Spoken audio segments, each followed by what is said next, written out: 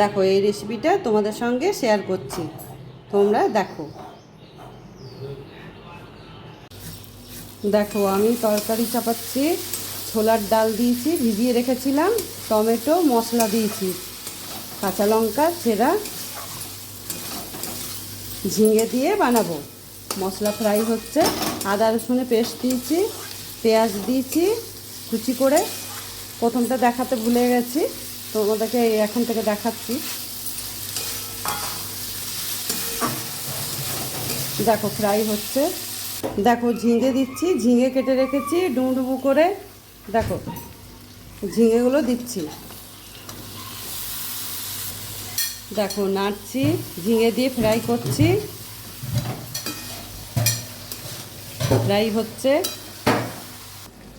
দেখো ফ্রাই হচ্ছে, এরপরে একটু জল দেব, ঝিঙেতে জল বেরোয়, আরও জল দেব। দেখো জল দিচ্ছি, সেদ্ধ হবে ছোলার ডালটা।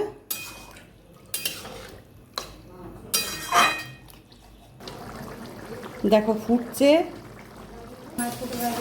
দেখো ঝিঙে তরকারি হয়ে গেছে আমার, ঝিঙে ছোলার ডালে।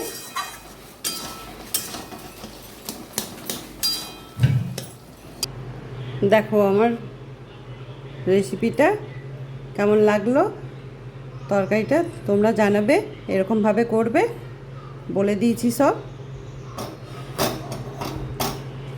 দেখো